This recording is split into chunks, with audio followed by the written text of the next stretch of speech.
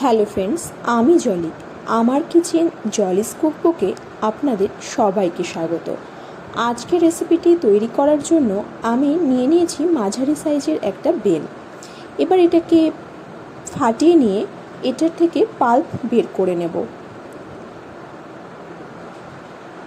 এরপরেতে দিয়ে দেব ফ্রিজে রাখা ঠান্ডা জল।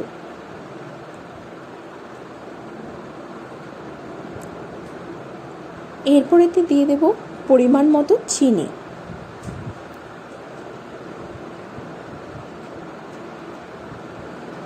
হাত দিয়ে ভালোভাবে জলের সাথে বেলটাকে গুলিয়ে নেব।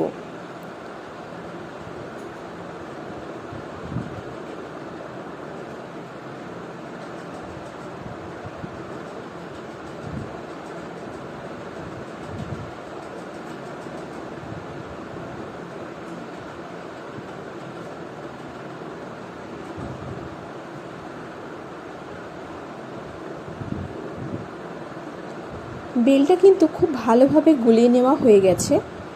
এবার আমি বীজ এবং খোসা ভালোভাবে চেপে বের করে নেব।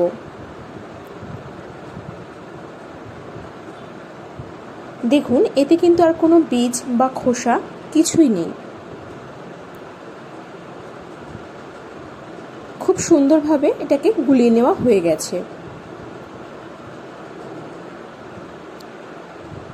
এরপর এতে দিয়ে দেব ফ্রিজে রাখা ঠান্ডা মালাই দুধ। দুধটা কিন্তু খুবই ঠান্ডা হতে হবে, না হলে এটার স্বাদ সেরকমভাবে পাওয়া যাবে না।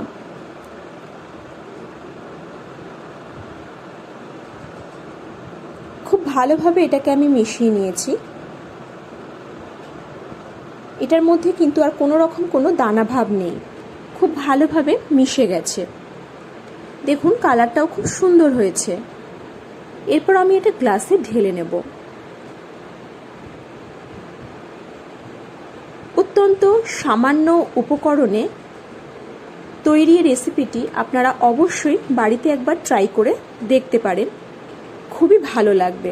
আমার আজকের রেসিপিটি আপনাদের কেমন লাগলো সেটা অবশ্যই আমাকে কমেন্ট করে জানাবেন। যদি রেসিপিটি ভালো লেগে থাকে তাহলে অবশ্যই লাইক, শেয়ার এবং সাবস্ক্রাইব করার অনুরোধ রইল।